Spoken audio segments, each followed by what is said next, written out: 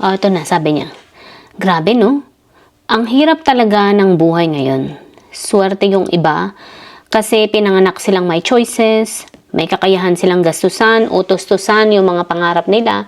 Yung iba, instant yung life changes, biglang nanalo sa loto o may taong tumulong, nagbukas ang pintuan para sa kanila. Pero yung iba, walang choice talaga. Ilang taon ang ginugol ko para lang maayos ang buhay nila. Yeah, yun nga talaga, totoo. Iba't iba talaga ang klase ng buhay, no? Iba't iba ang kwento ng buhay. Yes, ako din ganun din naman. Sabi ko rin sa sarili ko, iba talaga yung lumaki na meron kang, alam mo yun, yung meron kang, yung laki sa yaman, laki sa luho. Meron kang magulang na matatakbuhan, na yung magulang mo may kaya rin, tinutulungan ka at tinulungan kang makatapos ng pag-aaral, makagraduate, iba talaga yun. Pero ako, sa kagaya ko na hindi, iba din yung upbringing. Pero alam mo, ang kagandahan naman noon is natuto ako na dalhin yung buhay ko. Natuto akong maging matatag dahil doon, natuto akong maging magulang sa sarili ko, hindi lang sa anak ko. Natuto ako, marami akong natutunan sa sarili ko, yung mga bagay na hindi nila natutunan sa sarili nila, natutunan ko yun sa akin. Ay gladly na rin kasi naging ako, mapagmasid talaga. Talagang ginamit ko yung mga nangyari sa buhay ko, mga pinagdaanan ko sa buhay, yung mga matinding hirap. Alam mo, napaka magandang lesson learned noon sa atin. Napakagandang training grounds noon sa atin.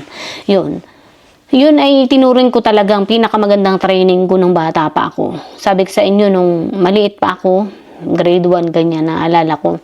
Talagang mahirap ang buhay, sa dami ba naman namin magkakapatid. Siyam kami, girl, grabe. Pero alam mo yun, sabi ko nga, magandang training grounds kasi natuto ako. At the age of, at the grade 1, natuto akong kumayod, natuto akong kumita ng pera, natuto akong magtrabaho, natuto akong, kung nasaan ang pera, kumbaga, natuto ako yun. Lahat yun natutunan ko, yun ang kagandahan.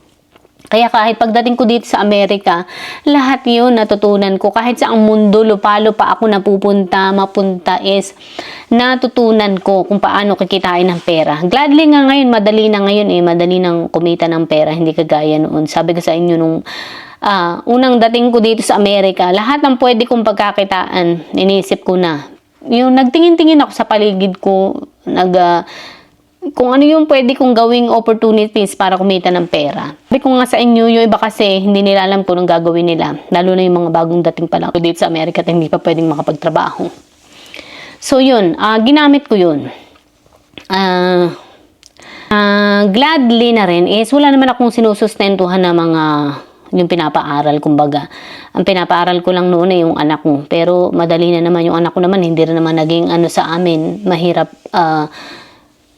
kumbaga pag-aralin kasi meron siyang sources, kumbaga, kaya hindi ganun kahirap.